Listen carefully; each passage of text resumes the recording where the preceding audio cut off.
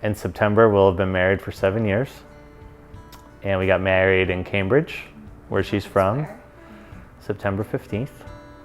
And weather was actually just like this.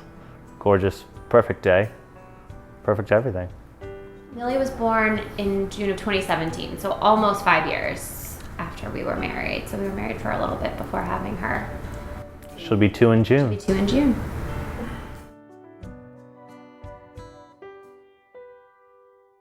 And so I was in the ICU when they came in and told us that it was leukemia. He had come to see me. At this point, I don't even know what day it was, because I had been in the ER overnight and moved to the ICU. And I think at this point it was the Saturday after Thanksgiving. Yes. And I'm sure at some point they had been skirting around the word leukemia. You know, you don't just do 2 bone marrow biopsies and send someone to the ICU unless it's serious. But I still was kind of like, hey, this is a mistake. Like, you guys are making, like, you're going to run these tests and you're going to find out that it's like really nothing serious. So I was at her bedside and we were waiting for answers, and we were still both in disbelief that she was even still in the hospital. And I obviously will remember, for the rest of my life, the doctor saying, he had his little clipboard and he looked at Amy, he said, so with this type of leukemia and everything, I think I just heard white noise after that. And he was talking and saying some words, and neither of us said a word, and then he left the room, and then it was just, bam, life-changing news. Shocking, still hard to believe, but. So one of the toughest parts, I think for Amy, was that Millie could visit, but it had to be in a special room. Amy had to wear protective gloves. Yeah, I couldn't kiss her. Yeah. I had to wear a face mask. I had to wear rubber gloves, so I couldn't really touch her. But the nurses were so understanding.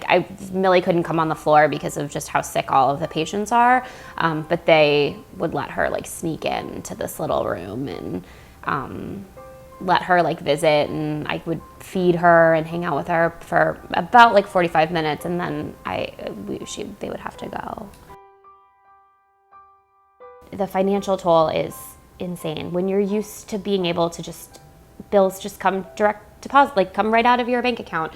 You don't think about your car payment, you don't think about your car insurance, you don't think about a cell phone bill. They just get auto deducted, and you've never worried about it because you've always had 2 incomes and you've always been able to afford it. And suddenly when you're living on 1 paycheck that covers your rent basically, and you have to find ways to pay for everything else. Plus medical bills. Plus your medical bills. Yeah, thankfully we had insurance, but my inpatient stay, that bill was, you like to remind me that my inpatient stay bill was 67 pages long. It came in a thick, very thick packet. I would say before I got sick, I had no clue the toll that it takes on a family when someone gets sick. You hear about it, but you don't really want to think about it. It takes over your life, and it can ruin lives. People go bankrupt, people lose their homes, marriages get broken up, people lose their families, and it doesn't have to be that dramatic. Something as simple as, getting your cell phone bill paid for can be life-changing. Joe Andruzzi Foundation paid for our household bills for a month, and that was 1 month we didn't have to worry about anything, and it kind of got us over the hump of my treatment. I knew my treatment was going to be 8 months. We got on the other side of that donation, and I was like, we can do this. All right, we only have a couple more months to do it. We're going to get there. Finally, we're going to do it. There's so many people out there that need help.